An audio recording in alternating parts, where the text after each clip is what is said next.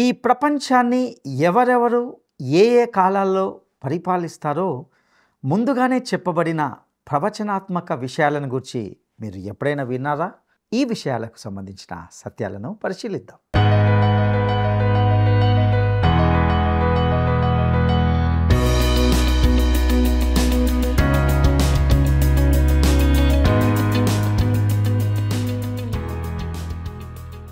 ప్రియమైన స్నేహితులారా, ఈనాటి ప్రేమధార కార్యక్రమానికి మిమ్మల్ని అందరినీ ప్రేమతో ఆహ్వానిస్తున్నాం. దేవుని యొక్క నీడలో, ఆయన కృపలో మీరు మీ కుటుంబాలు క్షేమంగా మరియు సురక్షితంగా ఉన్నారని, మరియు ఈ కార్యక్రమాల నుండి నేర్చుకుంటున్న విషయాలను మీ వ్యక్తిగత జీవితాలకు అన్వయించుకుంటున్నారని విశ్వసిస్తున్నాం. నేటి నుండి మనము దానియేలు గ్రంథ అధ్యయనాలను ప్రారంభించుకోబోతున్నాం. దేవుడు ఈ గ్రంథ ధ్యానాల ద్వారా మనకు ఏమి బోధించాలనుకుంటున్నాడో జాగ్రత్తగా విందామా?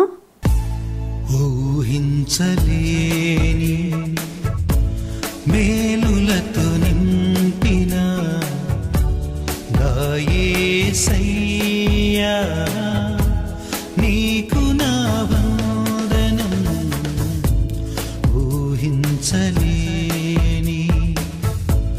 మేలులతో నింపిన నా యేసయ్యా, నీకు నా వందనం. వర్ణించగలనా నీ కార్యము, వివరించగలనా నీ మేలులను. వర్ణించగలనా నీ కార్యము, వివరించగలనా నీ మేలులను.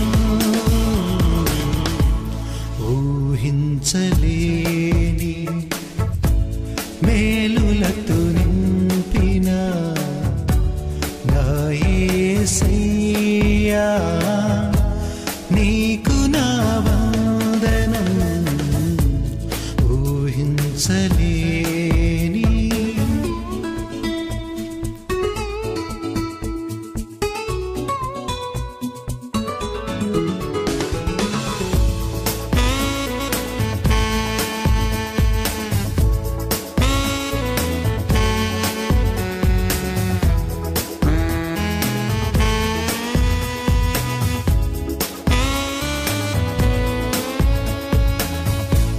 మేలులతో నా హృదయం తృప్తిపరచినావు. రక్షణ పాత్ర పూచి నిన్ను స్తుతియుతును. మేలులతో నా హృదయం తృప్తిపరచినావు.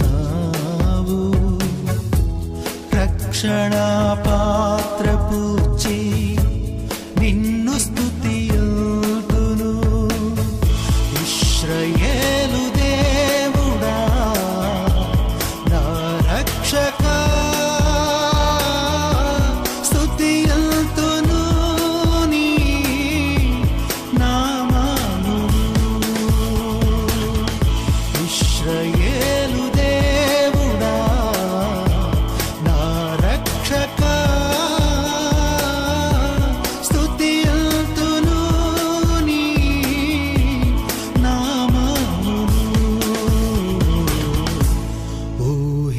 ఊహించలేని మేలులతో నింపిన నా యేసయ్యా, నీకు నా వందనం. ఊహించలేని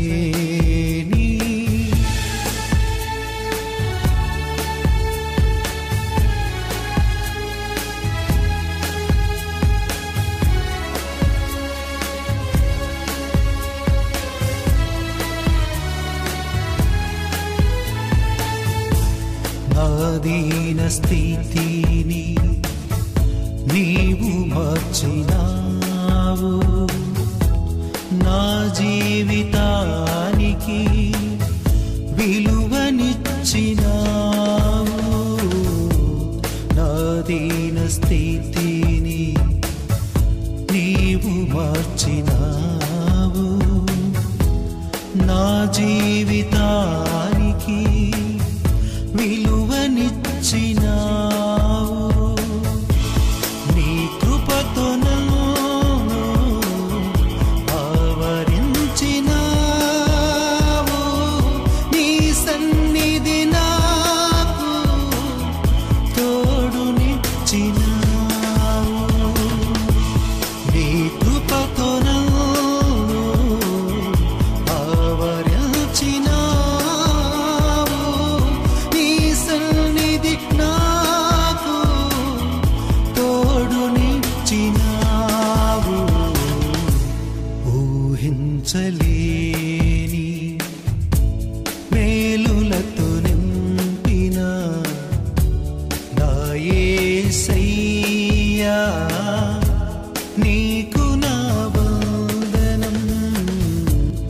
ఊహించలేని మేలులతో నింపిన నా యేసయ్యా, నీకు నా వందనం. క్రీస్తునందు ప్రియమైన ప్రేమధార టీవీ వీక్షకులందరికీ మన ప్రభువును రక్షకుడైన యేసుక్రీస్తు శక్తిగల నామంలో శుభములు తెలియజేస్తున్నాం. నేటి నుండి మనము దానియేలు గ్రంథాన్ని ఒక క్రమబద్ధమైన రీతిలో ధ్యానించుకోబోతున్నాం. ప్రియులారా, దానియేలు గ్రంథం బైబిల్లోని అత్యంత ఉత్తేజకరమైన పుస్తకాల్లో ఒకటి మరియు ఇది ప్రవచనాలపై వ్రాసిన పుస్తకం. బైబిల్లో ప్రవచనాలు చాలా ఎక్కువగా ఉన్నందున దానియేలు గ్రంథాన్ని ప్రత్యేకంగా చూసే ముందు దాని గురించి ఒక మాట చెప్పాలని అనుకుంటున్నాను. బైబిల్లోని పుస్తకాల్లో 4వ వంతు ప్రవచనాత్మక స్వభావం కలిగి ఉన్నాయి. పుస్తకాల విషయం మరియు ప్రకటన ముగింపుకు సంబంధించినవి అంటే అవి ప్రవచనానికి సంబంధించినవి అని అర్థం.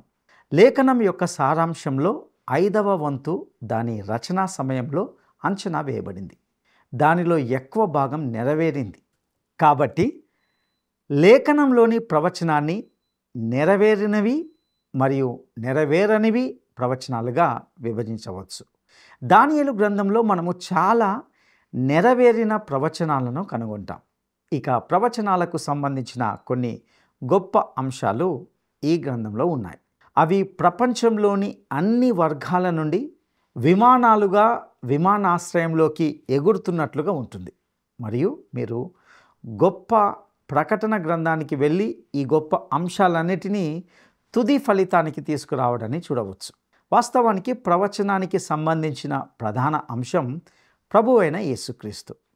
ఇందులో ఇతర అంశాలుగా అనగా ఇశ్రాయేలు, అన్య దేశాలు, చెడు, సాతాను, పాప పురుషుడు, మహాశ్రమల కాలం మరియు ఈ యుగం ఎలా ముగుస్తుంది అనే వాటిని గురించి ఉన్నాయి. సంఘము కూడా ప్రవచనానికి సంబంధించిన అంశమే. అయితే పాత నిబంధనలో సంఘం గురించిన ప్రస్తావన ఎక్కడ మనం చూడం మరియు అందువల్ల దాని ప్రస్తావన దానియేలు పుస్తకంలో కనిపించదు. అయితే వాస్తవానికి ఇందులో రాజ్యం అనగా 1000 ఏళ్ల పరిపాలన మరియు శాశ్వత భవిష్యత్తును గూర్చిన విషయాలు ఉంటున్నాయి. ఇవి ప్రవచనానికి సంబంధించిన గొప్ప అంశాలు. సంఘశాస్త్రం లేదా ప్రవచనం గురించి తెలియకుండానే బైబిల్ గురించి పూర్తి దృక్పథాన్ని కలిగి ఉండగలరని లేదా లేఖనాల యొక్క మంచి విద్యార్థిగా ఉండగలరని నేను భావించడం లేదు. ప్రవచన అధ్యాయాన్ని నిర్లక్ష్యం చేయడం వల్ల కొన్ని హానికరమైన ఫలితాలు వస్తాయి. అవి నేడు చాలా స్పష్టంగా కనిపిస్తున్నాయని నేను భావిస్తున్నాను.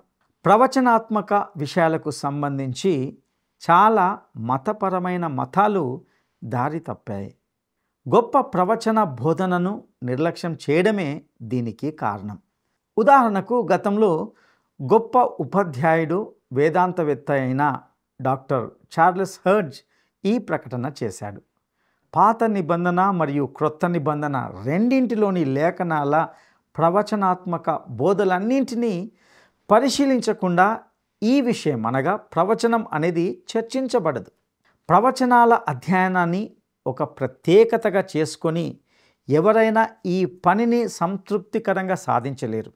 రచయిత అంటే ఈ డాక్టర్ హర్జ్ తనకు ఈ పనికి అలాంటి అర్హతలు లేవని తెలుసుకొని లేఖనాలను ప్రవచనాత్మకంగా వివరించే వివిధ పథకాల చారిత్రక సర్వేకే తనను తాను పరిమితం చేసుకోవాలని లక్ష్యంగా పెట్టుకున్నాడు. ప్రియులారా, ఇది డాక్టర్ హర్ట్ చేసిన ఆశ్చర్యకరమైన మరియు విచారకరమైన ఒప్పుకోలు అని మనం గ్రహించాలి. ఫలితంగా నేడు మన సంఘ శాఖల్లో చాలా వరకు ప్రవచనాల గురించి మాట్లాడడానికి సన్నద్ధం కాని వ్యక్తులను మనం చూస్తున్నాం. వారు దానిని అప్రదమైన దానిగా చేయి ఊపుతూ వాటిని తోసిపుచ్చుతారు. మరియు ప్రవచనాల అధ్యాయంలోకి వెళ్ళేవారు తరచుగా సంచలనాత్మకమైన మరియు మతోన్మాదమైన వాటితో ముందుకు వస్తారు. ముఖ్యంగా దానియేలు గ్రంథం ప్రవచనాలపై ఇలాంటి సంచలనాత్మక రచయితలకు ఒక అంశంగా ఉంది. దానియేలు గ్రంథము చాలా ముఖ్యమైనది. అందువల్ల యెషయా గ్రంథం లాగే ఇది కూడా సాతానుచే ప్రత్యేక దాడికి గురైంది. యెషయా ప్రవక్తల రాకుమారుడు అని పిలువబడ్డాడు. కాబట్టి దానియేలు ప్రవక్తల రాజు అని నేను చెప్పాలని అనుకుంటున్నాను. ఈ రెండు ప్రవచనాలు లేఖనంలో చాలా ముఖ్యమైనవి మరియు ముఖ్యంగా అవిశ్వాసులచే దాడి చేయబడ్డాయి. దానియేలు గ్రంథము సంవత్సరాలుగా సంప్రదాయవాద మరియు ఉదారవాద పండితుల మధ్య ఒక యుద్ధ భూమిగా ఉంది. మరియు ఈ వివాదంలో ఎక్కువ భాగము ఈ పుస్తకం యొక్క రచనా తేదీకి సంబంధించింది. క్రీస్తు శకము 3వ శతాబ్దంలో ఒక తప్పుడు బోధకుడైన పోర్పోరి అనే వ్యక్తి దానియేలు గ్రంథం అనేది యాంటియోకస్ ఎపిఫెనస్ మరియు మకబీల కాలంలో వ్రాయబడిన ఒక నకిలీ గ్రంథం అని ప్రకటించాడు. దీని రచన దాదాపు 400 సంవత్సరాల తర్వాత, అంటే క్రీస్తు పూర్వము 170 సంవత్సరంలో జరిగింది. జర్మనీ విమర్శకులు ఈ పరికల్పనను స్వీకరించారు. డాక్టర్ ఎస్ఆర్ డ్రైవర్తో కలిసి ఈ పుస్తకంపై ఈ రకమైన విమర్శలను నేటి అవిశ్వాసులు వీటిని ఇంకా ఎక్కువ చేస్తున్నారు. ఈ విమర్శకులు అలాగే నేటి అవిశ్వాసులు అతీంద్రియమైనది ఉనికిలో లేదని ఊహిస్తారు. ముందస్తు జ్ఞానం అతీంద్రియమైనది కాబట్టి ముందస్తుగా చెప్పడము ప్రవచించడం ఉండదు అనేది వీరి యొక్క వాదన. అయితే ఆసక్తికరమైన విషయం ఏమిటంటే పాత నిబంధన యొక్క గ్రీకు పుస్తకమైన సెప్టువిజెంట్ యాంటియోకస్ ఎపిఫెనస్ కాలానికి ముందే అనువదించబడింది. దానిలో దానియేలు పుస్తకం ఉంది. స్వేచ్ఛావాదులు అనగా బైబిల్ పట్ల విపరీత దృక్పథం గల పండితులు ఎర్ర సముద్రం నుండి చెప్పబడిన స్పష్టమైన సాక్ష్యాలను కూడా విస్మరించారు.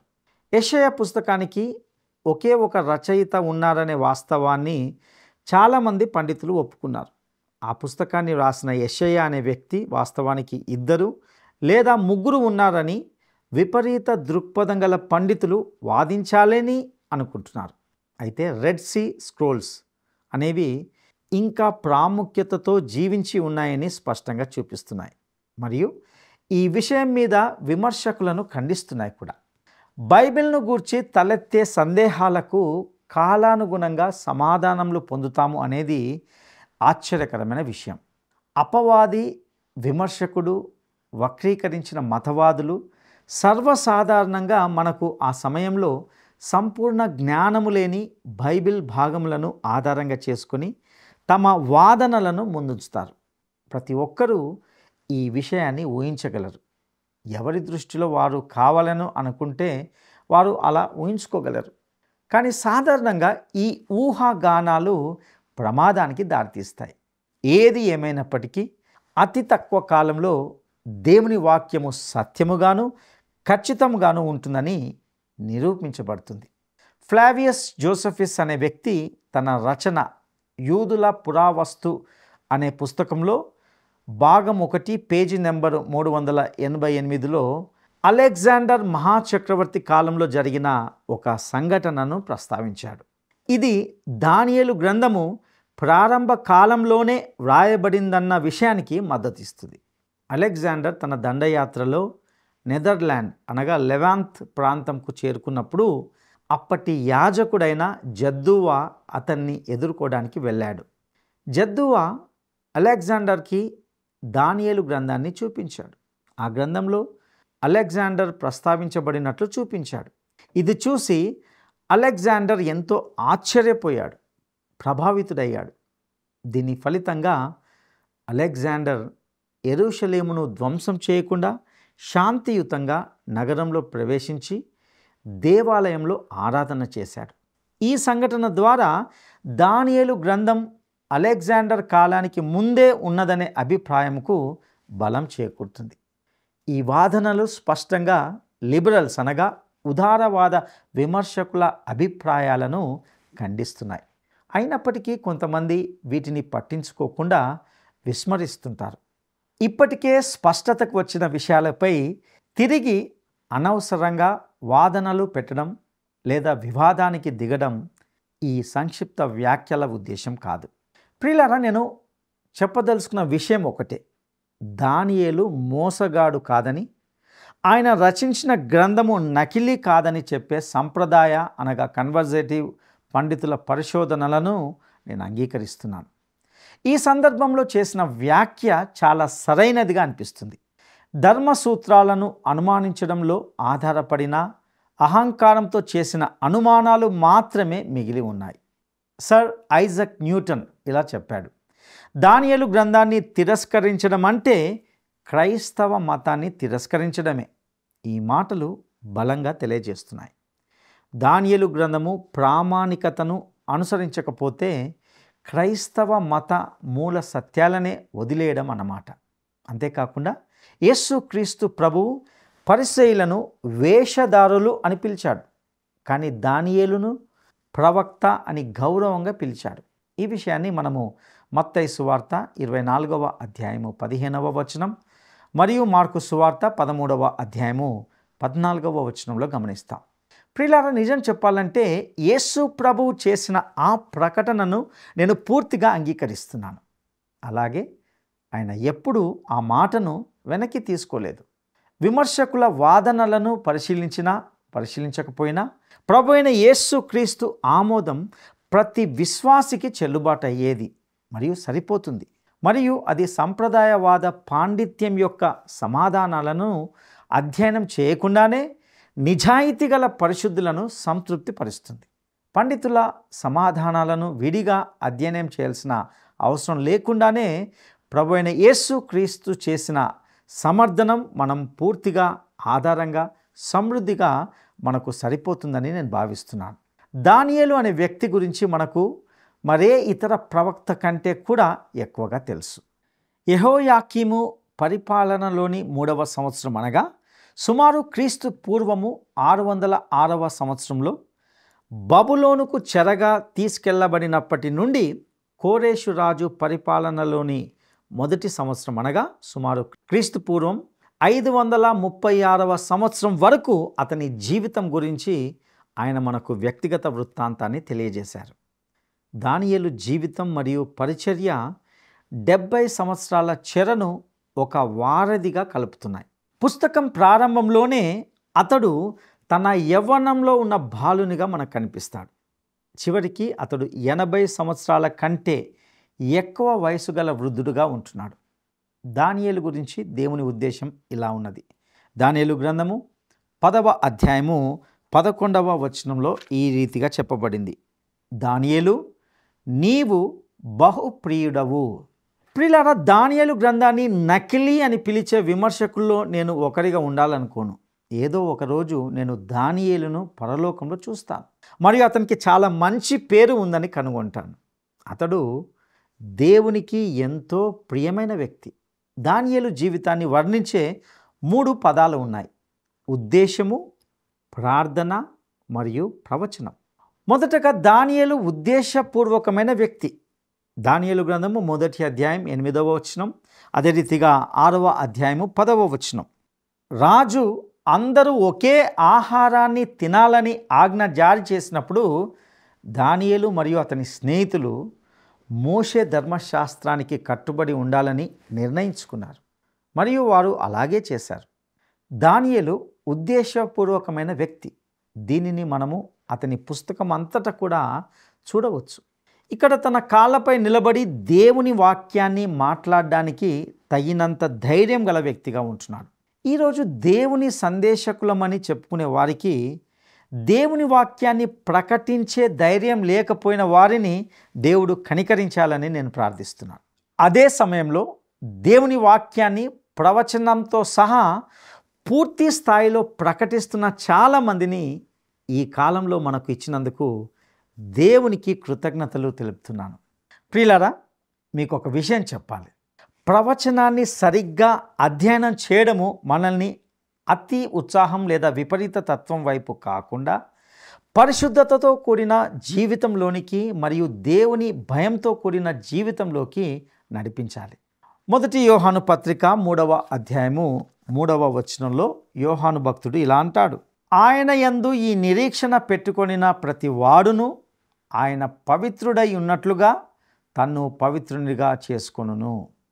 కాబట్టి నా ప్రియమిత్రమా, ప్రవచన అధ్యయనము మన జీవితాలను పవిత్రపరిచే శక్తిని కలిగి ఉంటుంది. ఇక రెండవదిగా దానియేలు ప్రార్థనాపరుడు. ఈ విషయాన్ని దానియేలు గ్రంథము 2వ అధ్యాయము 17 నుండి 23 వచనాలు, అదేవిధంగా 6వ అధ్యాయము 10వ వచనము, మరి అదే రీతిగా 9వ అధ్యాయము 3 నుండి 19 వచనాలు, అదేవిధంగా 10వ అధ్యాయంలో కూడా మనము గమనిస్తాం. దానియేలు ప్రార్థన జీవితం గురించి ఈ పుస్తకంలో అనేక సంఘటనలు వ్రాయబడ్డాయి. దానియేలును సింహం గుహలోకి నెట్టివేశారు. దాని గూర్చి సమాధానం ఇచ్చిన ప్రార్థన సంగతి ఏమిటి? సరే, దేవుడు కూడా అతన్ని సింహాల నుండి అద్భుతంగా రక్షించాడు, ఎందుకంటే దానియేలు ప్రార్థన పరుడు. ఇక మూడవదిగా దానియేలు ఒక ప్రవక్త. దానియేలు గ్రంథము సమానంగా 2 భాగాలుగా విభజించబడింది. మొదటి భాగము చరిత్ర, రెండవ భాగము ప్రవచనం. ప్రవచనాలన్నీ ఉంచబడిన ప్రవచన అస్థి పంజరాన్ని దానియేలు మనకు ఇస్తున్నట్లుగా మనం గ్రహించగలం. ఆ ప్రవచనాలన్నీ దీని మీద ఆధారపడతాయి. నెబుకద్నెజరు కలలో కనిపించిన ప్రతిమ, దీనిని దానియేలు 2వ అధ్యాయంలో చూస్తాం. మరియు మృగాలు దానియేలు 7వ అధ్యాయంలో చూస్తాం. ఇవి ప్రవచనానికి ఆధారభూతమైన వెన్నెముక లాంటివి. దానియేలు 9వ అధ్యాయంలోని 70 వారములు అనగా 70 వీక్స్ ఆఫ్ టైం ఆ అస్థి పంజరానికి సరిపడే ప్రక్కటి ఎముకల వలె సరిపోయాయి. దానియేలు గ్రంథంలోని ప్రాముఖ్యమైన వచనము దానియేలు గ్రంథము 2వ అధ్యాయము ఈ విధంగా చెప్పబడింది. ఆ రాజుల కాలములలో పరలోకమందున దేవుడు ఒక రాజ్యము స్థాపించును, దానికెన్నటికి నాశనం కలగదు. ఆ రాజ్యము దాని పొందిన వారికి గాక మరెవరికిని చెందదు. అది ముందు చెప్పిన రాజ్యములన్నిటినీ పగులగొట్టి నిర్మూలము చేయును గాని అది యుగముల వరకు నిల్చును. డాక్టర్ జి క్యాంబెల్ మోర్గన్ అనే వ్యక్తి డానియల్ పుస్తకం కోసము ఈ ఇతివృత్తాన్ని ఇచ్చారు. ప్రపంచ ప్రభుత్వంలో దేవునిది నిరంతర ప్రభుత్వం. ఇది దేవుని సార్వత్రిక సార్వభౌమాధికారం గురించిన పుస్తకం. దేవుడు విగ్రహారాధన, దైవదూషణ, స్వీయ సంకల్పం మరియు అన్యుల అసహనాన్ని అధిగమిస్తున్నాడని చూపించడానికి ప్రవచన చరిత్రతో ముడిపడి ఉంటున్నది. మరింత ప్రత్యేకంగా దానియేలు 12వ అధ్యాయము 4వ వచనము మహాశ్రమల కాలములో ఇశ్రాయేలు జాతికి, అదేవిధంగా లూకా సువార్త 21వ అధ్యాయము 24లో చెప్పబడినట్లుగా అన్యజనుల కాలములు అనే మాటను మనం గమనిస్తాం. అదేవిధంగా దానియేలు గ్రంథము 8, 17, 11, 35, 40 వచనాల్లో కూడా అంత్యకాలము అనే వాటిని కలిపి ఒక్కటిగా తెస్తుంది. ఈ రాబోయే సంక్షోభం క్రీస్తు 1000 ఏళ్ల రాజ్యాన్ని స్థాపించడంలో సంభవిస్తుంది. దానియేలు గ్రంథము 12వ అధ్యాయము 4వ వచనం. అయితే దానియేలు, నీవు ఈ మాటలను మరుగు చేసి అంత్యకాలము వరకు ఈ గ్రంథమును ముద్రింపుము. చాలామంది నలుదిశలా సంచరించినందున తెలివి అధికమగును అని నాతో మాట్లాడు గబ్రియేలను అతడు చెప్పెను. ప్రియులారా, దానియేలు గ్రంథము మత సంబంధిత విషయాలకే కాకుండా రాజకీయ అంశాలను కూడా సూచిస్తుంది. ఈ గ్రంథము ప్రపంచంలో నేడు జరుగుతున్న సంఘటనలు మరియు వ్యవహారాల తుది పరిణామాన్ని వెల్లడిస్తుంది.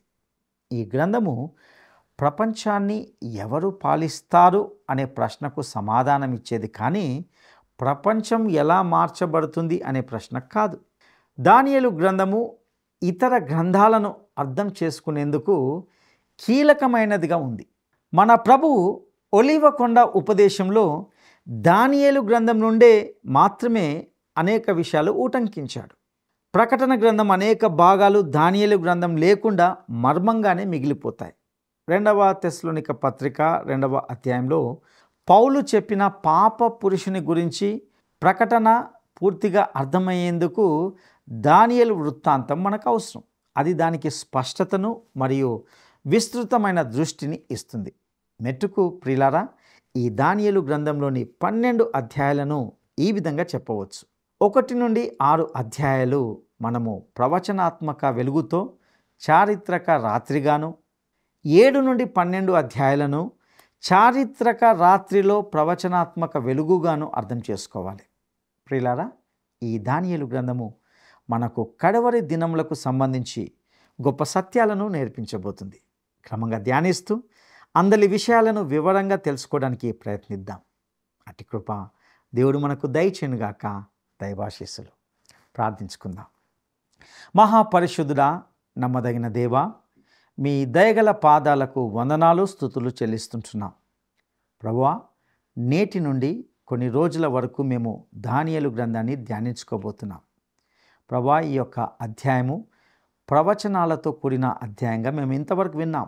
ఈ యుగాంతమందు అంత్య దినాల్లో ఉన్న మాకు బుద్ధి కలగడానికి హెచ్చరికగా వ్రాయించిన అనేక సత్యాలకే నీకు వందనాలు. ఈ ఉపోద్ఘాతంలోనే ప్రభువా ఎన్నో విషయాలు మాకు బోధించిన విధానానికే నీకు లెక్కలేని వందనాలు చెల్లిస్తుంటున్నాం.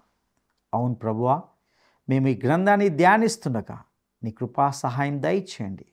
చరిత్ర ఎన్నో విషయాలతో ముడిపడిన సత్యాలు ఈ గ్రంథంలో వ్రాయబడ్డాయి.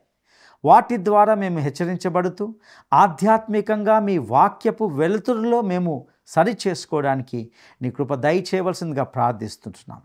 ప్రభువా, ఇంకా వాక్యానికి దూరంగా ఉన్న బిడలకు ఈ గ్రంథము ఒక హెచ్చరికగా ఉండడానికి, వారి జీవితాలను సరిచేసుకోవడానికి నీ కృప దయచేయవలసిందిగా ప్రార్థిస్తూ ప్రతి ఒక్క వ్యక్తిని మీ దయగల హస్తాలకు అప్పగించుకుంటూ మా రక్షకుడును నమ్మదగిన యేసయ్య శ్రేష్టమైన నామములో అడిగి స్తుతించి వేడుకుంటున్నాము తండ్రి. ఆమేన్.